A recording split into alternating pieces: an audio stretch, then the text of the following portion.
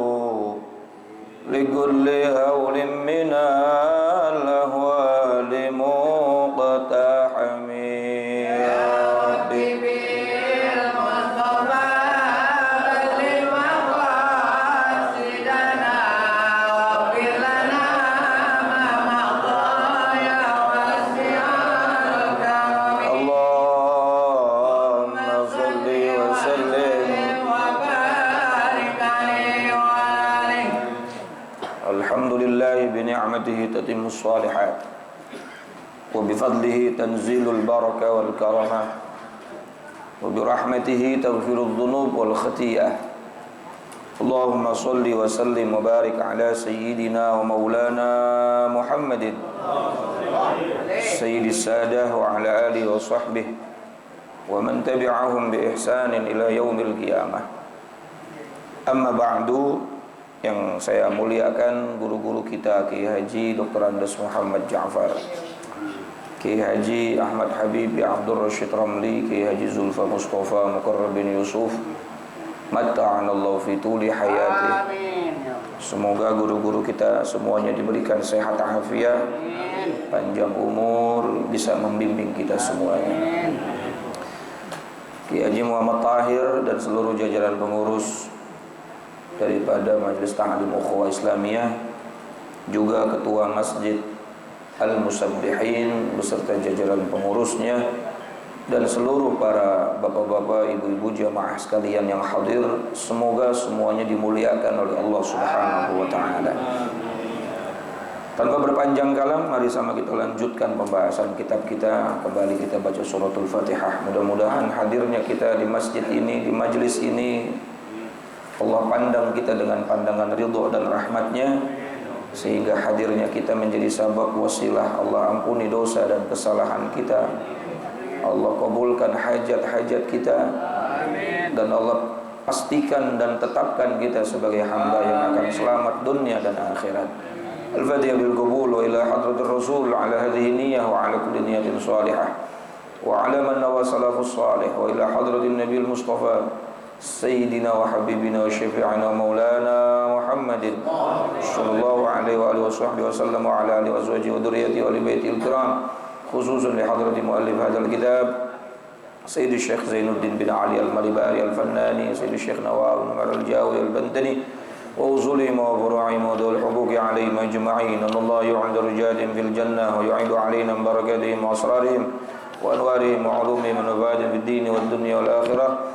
وإلى أرواح والدينا وآبائنا وجميع المسلمين والمسلمات والمؤمنين والمؤمنات الأحياء منهم والأموات وإلى حضرة النبي. الفاتحة.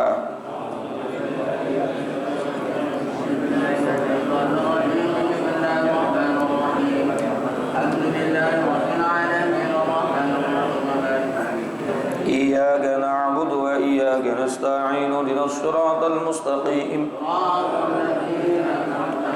غير المغضوب عليهم ولا الضالين رب اغفر لي ولوالدي amin. Semoga Allah ampuni dosa kita dan dosa kedua orang tua kita, amin. Bismillahirrahmanirrahim. Qala al-musannif rahimahullahu ta'ala wa nafa'na bi'ulumihi wa amadna bi asrarihi fid dharain, amin. Wa syu'batu sabi'atu wal khamsuna. Adapun cabang iman yang ke-57, husnul khuluqi, kita dituntut untuk membuktikan iman kita dengan memiliki budi pekerti yang baik atau memiliki akhlakul karimah. Jadi itu bagian daripada iman, bukti daripada adanya iman, yakni memiliki budi pekerti yang baik. Wa jama'a ba'duhum alamat, sebagian ulama telah mengumpulkan daripada alamat, tanda-tanda zalika, budi pekerti tersebut. Faqala, lalu ulama berkata, di antara budi pekerti yang baik itu adalah ayyakuna katsiral haya, orang yang punya akhlak itu banyak malunya. Ya.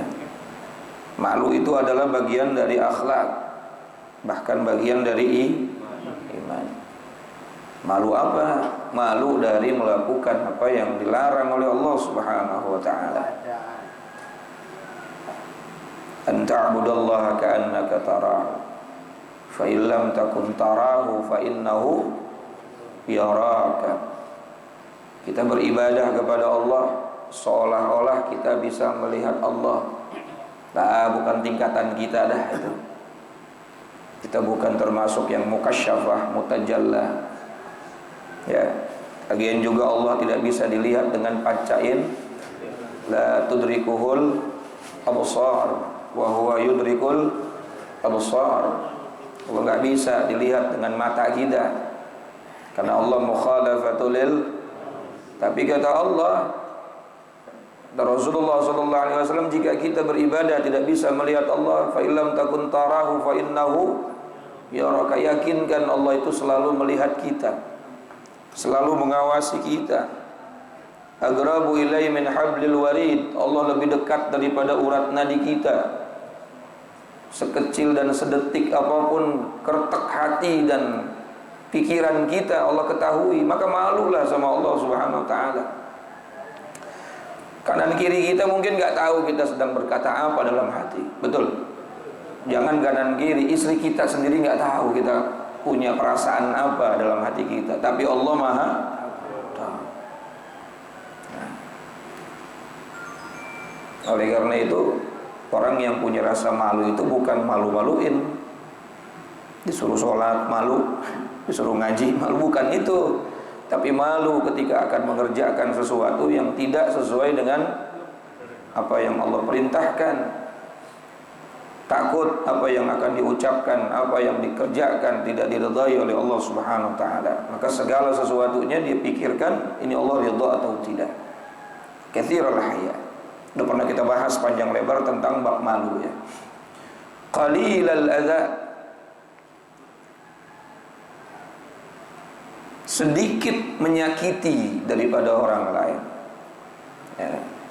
Kalimatnya indah ya, qalil, dikit, bukan menghilangkan, karena manusia memang gak bisa sempurna untuk tidak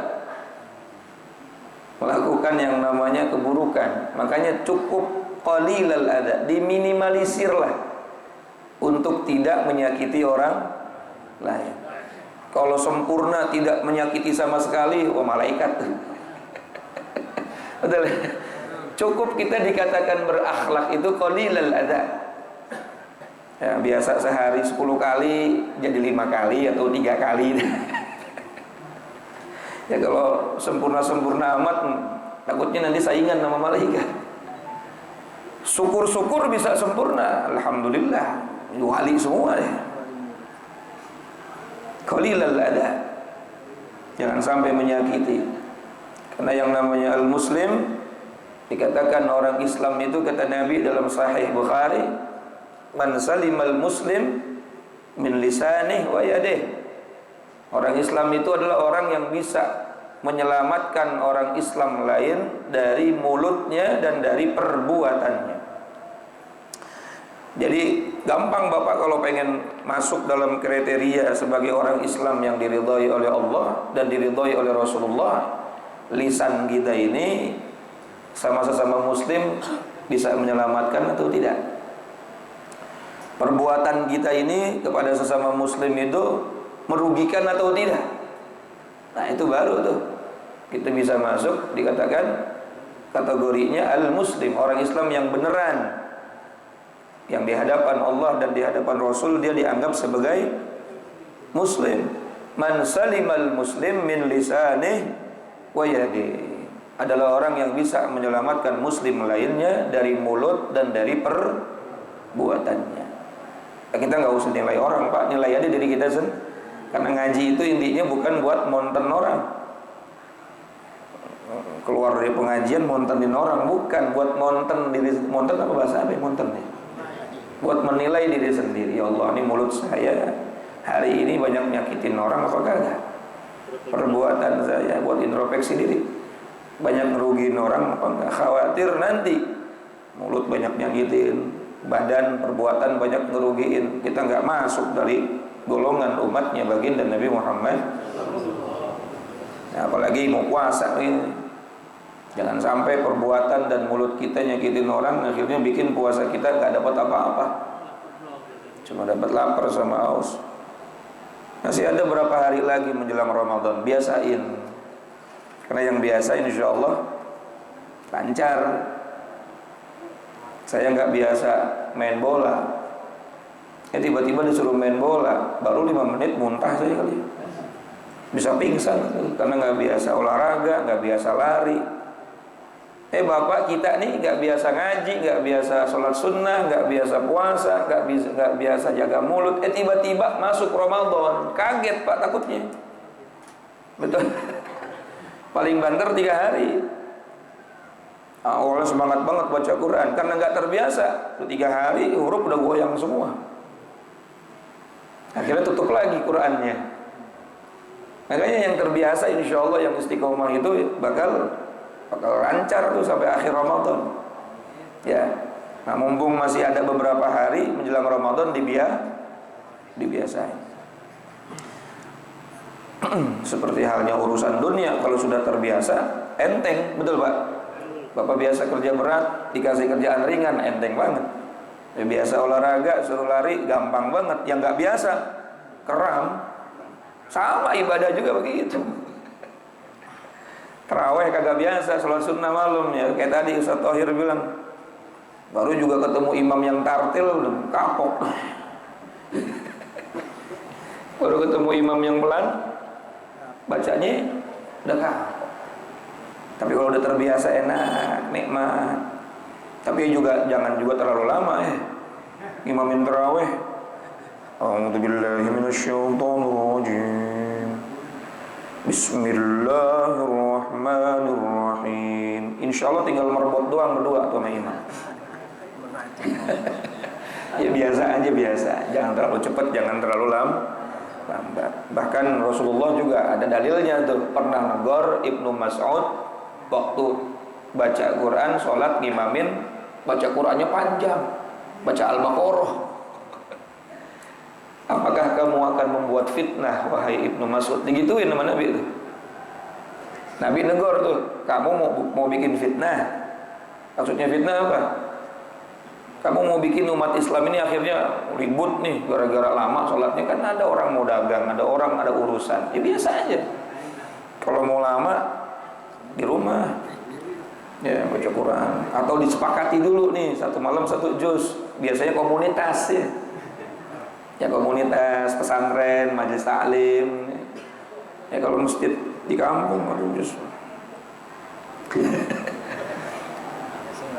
Besok gak datang lagi. Orang udah ibadah udah alhamdulillah. Tapi kalau sudah terbiasa insya Allah aman, lancar, nyaman. Katsirus shalah, kemudian akhlak yang baik itu adalah katsirus shalah, banyakin berbuat baik. Banyakin berbuat baik. Suduqal lisan, usahakan lisannya jujur. Itu akhlak semua tuh. Jadi akhlak itu bukan cuma kulonuwun, bukan cuma permisi, bukan cuma cium tangan, tapi akhlak itu zahir batinnya melakukan apa yang Allah perintahkan, itu namanya akhlak. Kan udah pernah kita bahas kemarin ya, berapa minggu yang lalu. Kadang-kadang ada budaya yang bagus tetapi tidak sesuai syariat, maka itu tidak termasuk akhlak. Ya budaya orang barat misalnya, ketemu lawan jenis untuk melihatkan keakrabannya, dia cipika-cipiki. Ya menurut mereka bagus, tapi menurut agama jangankan cipika-cipiki, pegangan tangan saja, bersentuhan yang bukan mahram hukumnya haram. Berarti tidak semua hal yang biasa dilakukan dan baik menurut pandangan umum manusia itu disebut akhlak. Tapi kalau sesuai dengan syariat, maka itu adalah akhlak. Dan tidak ada tuh ajaran syariat yang menyakiti, nggak ada, Pak. Betul nggak? Ajaran syariat yang merendahkan orang lain nggak ada. Dan pasti sesuai dengan fitrahnya manusia. Akhlaknya anak sama orang tua, kalau dilihat dari syariat pasti akan membahagiakan orang tua. Akhlaknya manusia dengan manusia kalau sesuai syariat pasti tidak akan pernah merugikan dan menyakiti sesama manusia. Tapi kalau cuma baru sebatas budaya, bisa ada yang setuju, bisa ada yang tidak. Ya, betul ya Pak ya? Oleh karena itu akhlak itu harus sesuai dengan syariat. Qalilal kalam. Kemudian diantara ba'dil ulama mengatakan diantara ciri akhlak itu adalah qalilul kalam. Dikit ngomongnya. Ngomongnya jangan banyak-banyak, ngobrol baik. Capek orang dengernya juga. Ya qalilal kalam. Man kana yu'minu billahi wal yawmil akhir falyakul khairan aw liyasmut. Siapa orang yang mengaku beriman kepada Allah dan hari akhir, maka ucapkanlah ucapan yang baik-baik aja. Kalau nggak bisa mengucap yang baik, lebih baik dia. Kalau dulu hadisnya Nabi, ucapkan yang baik. Kalau nggak bisa mengucap yang baik, lebih baik diam. Sekarang ada tambahannya, bikin status yang baik. Kalau nggak bisa bikin status yang baik, lebih baik diam. Dulu suruh jaga mulut, sekarang tambah tuh, bukan cuma jaga mulut, jaga jari. Kadang-kadang gara-gara status berantem, gara-gara status ada yang baper, gara-gara bikin sesuatu di grup ada yang ribut, ada yang merasa tersinggung. Lebih baik tidak usah ya, biarin dibilang fasik. Ente di grup diem aja daripada kita ngomong salah. Betul Pak? Nah, jadi bukan cuma mulut, tetapi juga sekarang yang harus dijaga jari.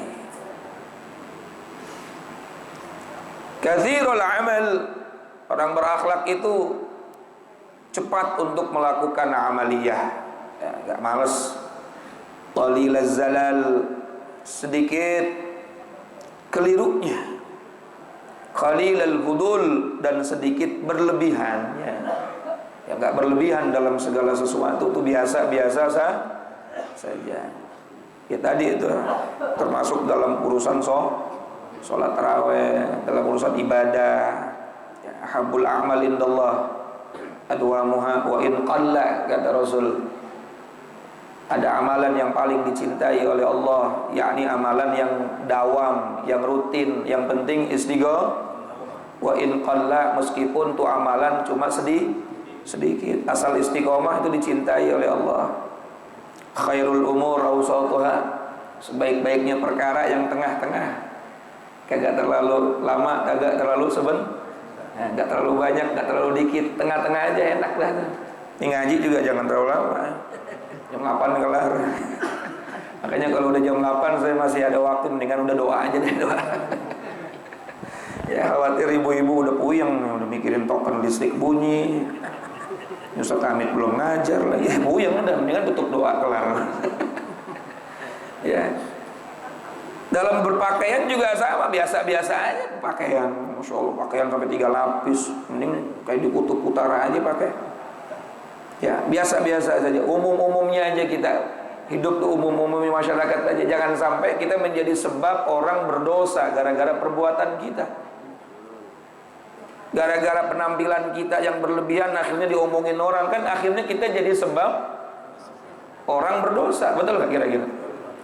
Nyeleneh banget pakai bajunya, merah kuning hijau langit yang biru, jangan. Nanti orang malah ngomongin kita. Begitu pula ya, jangan juga menghinakan diri, akhirnya juga diomongin orang. Udah biasa-biasa. Umumnya orang itu pakai baju bagaimana? Kan gitu ya. Umumnya manusia tuh hidup seperti apa? Nah, qalilul fudul, di antara akhlak itu mengurangi sifat berlebihan. Ketawa juga biasa, jangan terlalu berlebihan. Tawa, ngobrol, apapun jangan terlalu berlebihan. Birran, kemudian senantiasa berbuat baik. Wasulan, dan menyambung persaudaraan. Udah kita bahas kemarin masalah silaturahim. Siapa orang yang pengen dipanjangin umurnya, lalu diluaskan rezekinya. Saya ulang lagi nih hadisnya nih.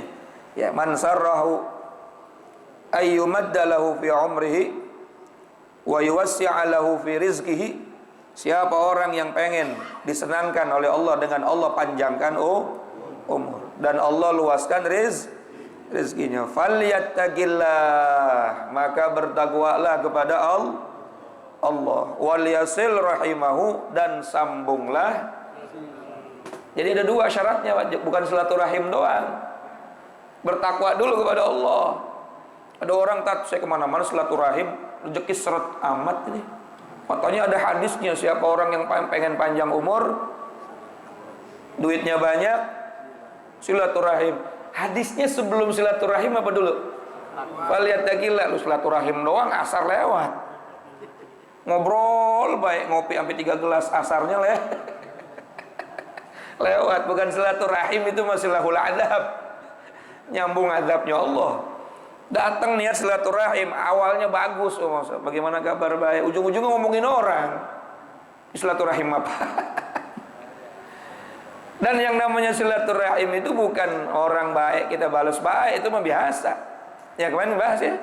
Yang namanya silaturahim itu adalah man qati'ahu, ya, siapa orang yang memutuskan persaudaraan kepada kita, maka kita nyambung. Dia benci sama kita, dia kalau ketemu kita buang muka, padahal itu muka cuma atuk dibuang-buang.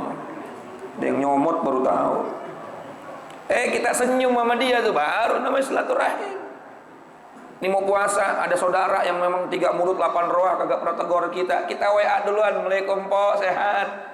Silaturahim tuh namanya, baru bakal dapat rezeki, Pak. Tambah lagi kita kirimin sembako sama dia. Padahal dia tiap hari tukang fitnah kita. Wah, silaturahim beneran tuh. Ya memang begini kalau pengen dapat rezeki yang banyak. Saya dapat cerita dari seorang muridnya, Abah Guru Sekumpul. Abah Guru Sekumpul kenal nggak? Itu duitnya nggak habis-habis. Beliau tuh ulama wali luar biasa di Martapura. Ada orang yang tiap hari fitnah dia. Tiap hari fitnah dia.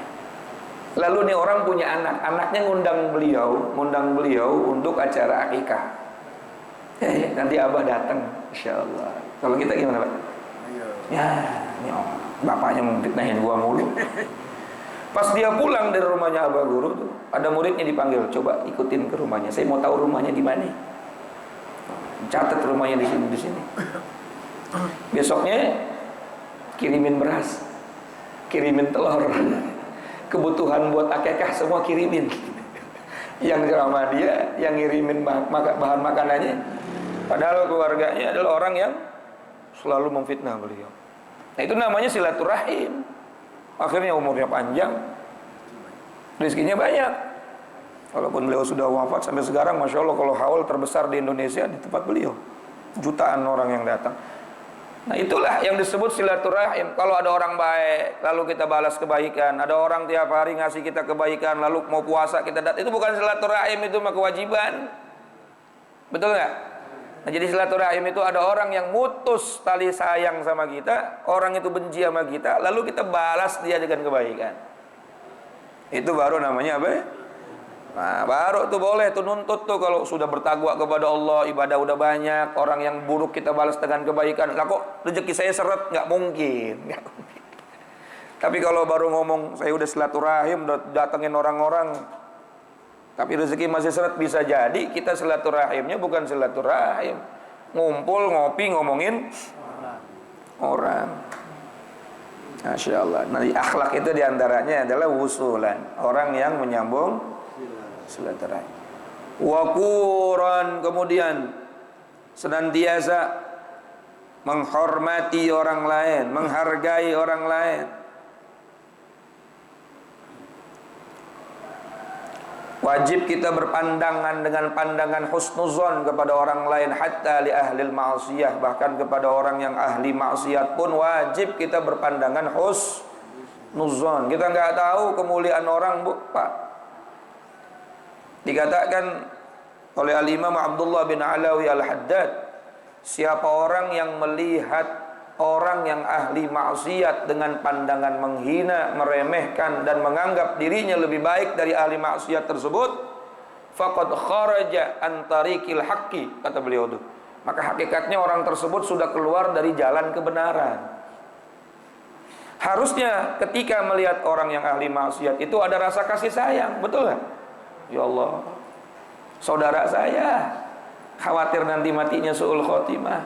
Bukan ngerasa kita lebih baik, kita mau nasehatin takut gak diterima. Akhirnya minimal kita apa? Doain, ya Allah kasih hidayah, ya Allah mudah-mudahan besok dia mau pakai jilbab, betul, mudah-mudahan besok dia mau sholat. Itu baru umatnya Rasulullah sallallahu alaihi wasallam. Karena Nabi sallallahu alaihi wasallam itu diutus oleh Allah Subhanahu wa taala. Kan ayatnya sering dibaca tuh kalau kita maulid.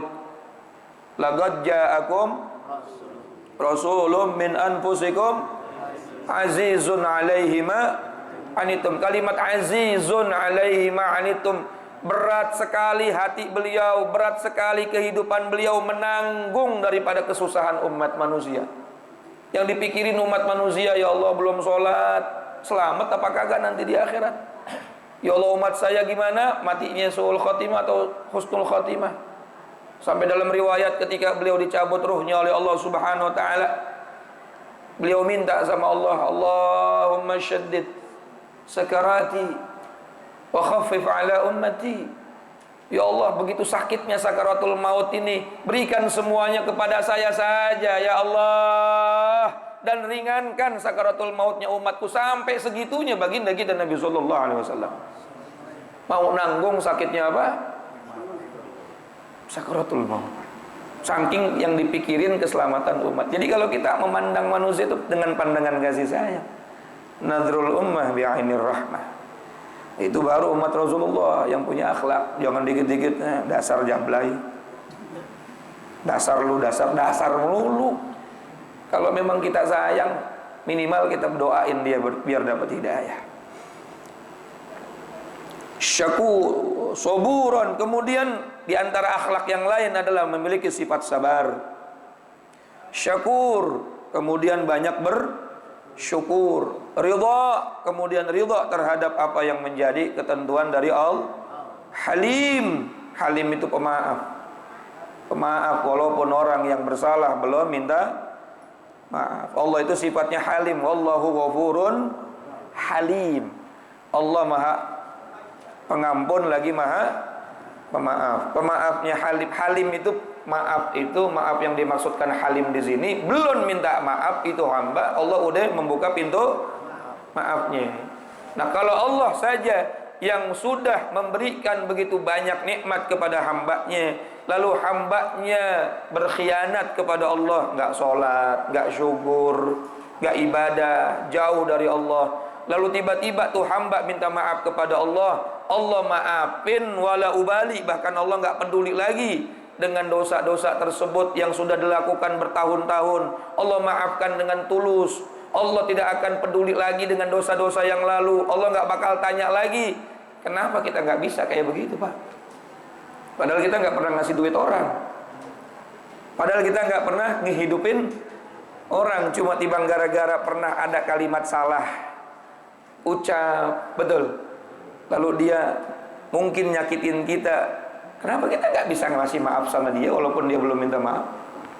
Halim. Orang yang berakhlak itu punya sifat halim, akan memaafkan sebelum siapapun yang bersalah sama dia minta maaf. Dan inilah sifatnya ahli syurga. Wasari'u ila maghfiratin min rabbikum wa jannatin 'arduha as-samawati wal ardu 'iddat lil muttaqin alladzina yunfiquna fis sarra wad dharra wal kadhiminal ghaidh wal 'afina linnas. Jadi kalau pengen jadi ahli syurga gampang syaratnya. Afina 'anil nas, gampang maafin manusia. Gua mah enggak bakalan maafin dia sampai mati, enggak bakal gua mah. Udah sakit hati gua. Diledekin, dikatain gua botak ini, ya timbang begitu doang. Afina 'anil nas, maafin kesalahan manusia. Ada cerita sahabat Nabi ketemu Rasulullah di mana aja selalu dibilang dia ahli syurga nih, ahli syurga nih, ahli syurga. Ketemu di pasar nih ahli syurga, ketemu di masjid nih ahli syurga. Yang lain iri, bukan iri dalam kategori jelek ya, cemburu. Kenapa kok dia doang yang dibilang apa? Ahli syurga. Satu majlis banyak yang ditunjuk ahli syurga, dia doang. Akhirnya ada seorang sahabat namanya Abdullah bin Umar, anaknya Umar ibn al-Khattab, pengen tahu nih amalan dia apa sih. Sampai-sampai Rasulullah itu setiap ketemu orang ini selalu bilang dia ahli syurga. Akhirnya dia coba datang ke rumahnya, pengen tahu nih amalannya apa. Dia minta izin nginep ke rumah orang tersebut sampai 3 hari, Pak. Nginep sampai berapa hari? 3 hari. Pengen tahu amalannya apa. Sampai Rasulullah itu bilang dia ahli syurga. 3 hari aja, Pak, kalau nginep, jangan lebih ya. Kalau lebih mengontrak namanya, nyusahin tuan rumah. Secara ilmu fikih juga paling lama nginep itu berapa hari? 3 hari. Sehari ngelihat nggak ada yang istimewa. Salat subuhnya 2 rakaat doang, nggak ada bedanya. Baca Quran juga sama, Quran 30 juz doang, nggak ada beda. Zikirannya biasa aja nih orang nih, sampai 3 hari dia nggak nemuin hal yang istimewa. Akhirnya penasaran, dia tanya, ente ini apa sih amalannya? Sampai Nabi itu selalu kalau ketemu kamu di mana aja selalu bilang apa? Ahli syurga. Senyum nih sahabat. Saya memang amalannya dikit, sholat saya ya yang wajib-wajib aja, yang sunnah juga banyakan kamu, ilmu juga aliman kamu, sodakoh juga banyakan kamu anaknya Umar ibn al-Khattab. Terus apa andalannya? Ada satu amalan, sebelum saya tidur, saya kalau di pasar dihina orang karena fisik saya, karena keberadaan saya. Ketemu orang tuh saya dihina orang. Tapi setiap saya mau tidur saya ikrar, ya Rabb, orang-orang yang hari ini menyakiti hati saya maafkan semuanya. Samihni ya Rabb, aku maafkan semuanya, aku halalkan semua bagi mereka. Akhirnya gara-gara perbuatan ini yang bikin dia dibilang ahli afina 'anin nas. Subhanallah. Bisa gak kira-kira kita, Pak? Enggak. Terus kita kagak mau masuk surga. Ya Allah, yang tadi pagi ngopi ngomongin saya maafin ya Allah. Saya tahu orangnya. Kagak saya tandain, kagak saya maafin. Waktu ukhuwah ngeliat saya jutek, saya maafin ya Allah. Enak Pak hidup kayak gitu, insya Allah gak ada beban tuh, hati plong. Betul gak? Nah kemarin kan Bapak pada bikin status tuh, waktu nisfu Sya'ban, bakal diampuni semua dosa kecuali yang musyrik dan masih bermusuhan. Tapi masih musuhan aja. Katanya pengen diampunin dosanya. Betul gak kira-kira? Nah inilah akhlak. Akhlak yang paling utama adalah memaafkan kesalahan manusia. Halim. Allah itu sifatnya halim. Orang kagak sholat, dia minta ampun, Allah ampunin, coba bayangkan. Padahal kalau mau dibalas nikmatnya, Allahu Akbar. Bertahun-tahun ada pelacur gara-gara cuma ngasih minum anjing, dia taubat kepada Allah, diampunin seumur hidupnya, dia nggak ibadah kepada Allah, bahkan melanggar perintah Allah. Hebatnya Allah. Kalau sudah mengampuni hambanya, ghafartu laka ala ma kana minka wala ubali. Allah nggak peduli lagi catatan dosa itu sebanyak apa, Allah nggak peduli lagi. Artinya nggak bakal ditanya lagi sama Allah di akhirat kalau dia diampunin, Pak. Nah kita masih ngungkit-ngungkit baik. Kalau nggak ada gua kan lu nggak jadi orang. Ya Allah. Kalau nggak ada gua lu nggak sekolah. Kalau nggak ada gua ghafartu laka ala ma kana minka wala haliman rafiqan, kemudian punya sifat penyayang, welas asih, afifan, dan menjaga kehormatan diri. Ya Allah, kita jangan gampang laknat orang, Pak. Rasulullah pernah diminta sama sahabat nih, orang musyrik udah kebangetan ya Rasul, kita udah diintimidasi, kita udah diusir, kita udah diperangin, kamu kan punya doa yang mustajab, doa dong kayak nabi-nabi terdahulu, begitu kata para sahabat, biar mereka binasa. Apa kata Nabi dalam Sahih Bukhari? Inni lam ab'ats la'anan, aku enggak diutus untuk melaknat manusia. Wa innama bu'ithtu rahmatan, akan tetapi aku diutus untuk menjadi rahmat. Padahal kalau Nabi ngomong sekali selesai urusan tuh. Di Taif dilempar batu, diludahin, Masya Allah. Padahal cuma berdua doang beliau sama Zaid bin Harithah, dalam keadaan bersedih. Istrinya baru meninggal, pamannya baru meninggal. Beliau pengen cari tempat yang lebih enak buat dakwah di Taif, tapi lebih cepat orang Quraisy datang duluan ke Taif, bikin hoak di sono, nanti Muhammad mau datang nih, hati-hati nih orang nih, hati-hati nih. Hoak dari dulu, udah ada hoak, Pak, dari dulu.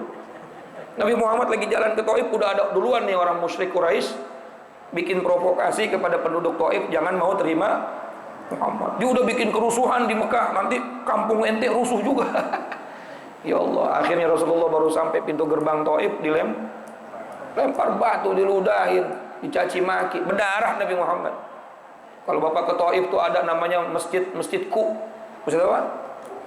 Masjidku. Rasulullah itu sampai bersandar di satu batu, ambil istirahat. Siku itu sikut ya, dia berbaring di atas lengannya. Malaikat Jibril turun, malaikat penunggu gunung turun. Ya Rasulullah, ini kurang ajar penduduk Taif nih. Pilih gunung banyak di Taif, banyak gunung, pilih salah satu. Buat apa? Akan kami cabut sampai ke akar-akarnya, agar kami lemparkan kepada penduduk Taif biar semuanya binasa. Nabi nggak ngomong, jangan ucu-ucu ngono. Saya berharap kalau sekarang mereka nggak mau terima saya, nanti anaknya nggak mau, cucunya nggak mau, cicitnya. Kalau nggak mau, ntar ada keturunannya yang lain. Saya berharap ada di antara sulbi orang yang sekarang menghina saya, ada yang mau beriman kepada Allah Subhanahu Wa Taala. Didoain sama Nabi, Allahumma hdi qaumi fa innahum la ya'lamun. Ya Allah, berikan hidayah, petunjuk kepada umatku, kepada kaumku, sesungguhnya mereka nggak tahu. Hebat Rasulullah. Kan itu Nabi, kita mah bukan Nabi. Terus kita mau nyontoh siapa kalau bukan nyontoh Nabi? Ini kan kalimat-kalimat ini kan sering ada dalam hati kita ya. Nabi begini, Nabi begini. Itu kan Nabi, kita bukan.